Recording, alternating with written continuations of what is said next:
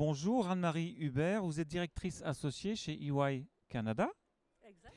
Alors, quelques questions au sujet de tous les thèmes qui sont abordés aujourd'hui à Happy Golf Day 2019. Euh, Concernant la raison d'être de l'entreprise, c'est un débat qu'on a beaucoup en France depuis quelques mois. Est-ce que c'est une question qui se pose également au Canada? Est-ce qu'elle se pose de la même façon qu'en France? Je pense que ça se pose de façon un petit peu différente d'un pays à l'autre.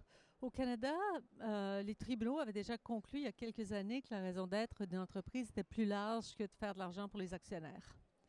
On peut voir cependant ce qui s'est passé cet été aux États-Unis. 181 PDG d'entreprises globales ont conclu que la raison d'être de leur organisation devait changer.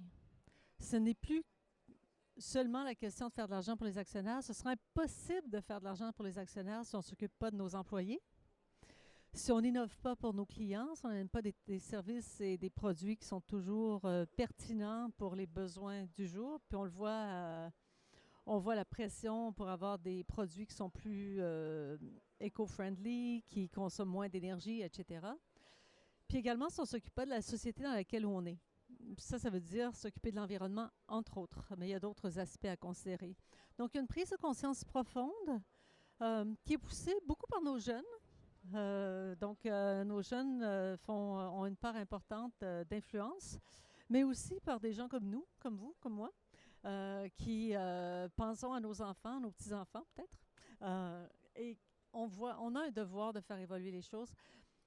Le défi pour les entreprises, en Amérique du Nord, il y a des résultats trimestriels qui sont essentiellement des résultats financiers, qui sont publiés, qui servent à la prise de décision.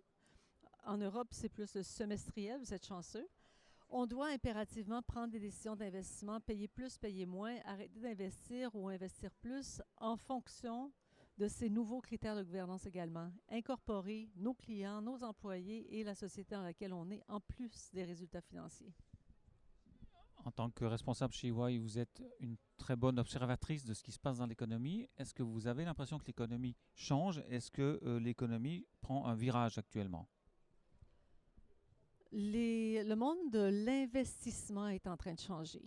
Je pense que le leader mondial à ce moment ici, c'est le gouverneur de la Banque d'Angleterre qui a rallié 36 banques centrales pour que nos banques centrales jouent un rôle sur l'importance des autres aspects. Pour créer de la valeur à long terme, on doit intégrer les volets dont je viens de parler, les humains, donc nos employés, l'environnement, nos clients également. Donc, sous la poussée des banques centrales, les investisseurs demandent une réduction de comptes différente des compagnies publiques. Il va falloir cependant évoluer avec des standards plus homogènes pour divulguer ces choses-là. Chacun peut faire un beau rapport de responsabilité sociale qui est un bel instrument de marketing. Le jour où on aura de la même façon que pour les informations financières, des standards pour divulguer ce qu'on fait pour nos employés, ce qu'on fait pour l'innovation, ce qu'on fait pour la société, on sera plus avancé pour la prise de décision. Est-ce que l'entreprise peut changer toute seule? L'entreprise a besoin que les marchés financiers évoluent. On doit avoir des investisseurs qui investissent avec une meilleure responsabilité sociale et qui exigent des entreprises de faire différemment.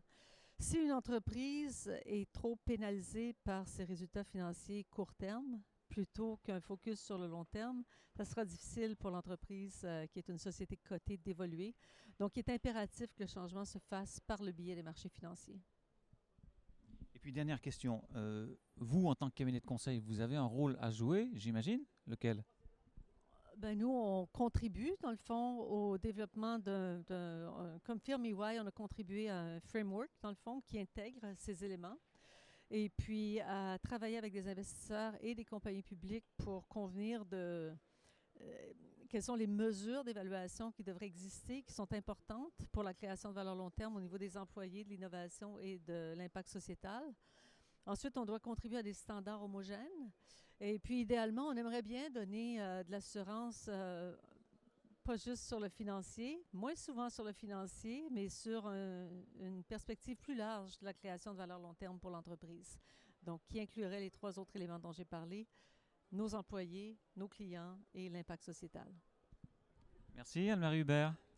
Avec plaisir. Je vous souhaite une bonne journée chez Happy Birthday.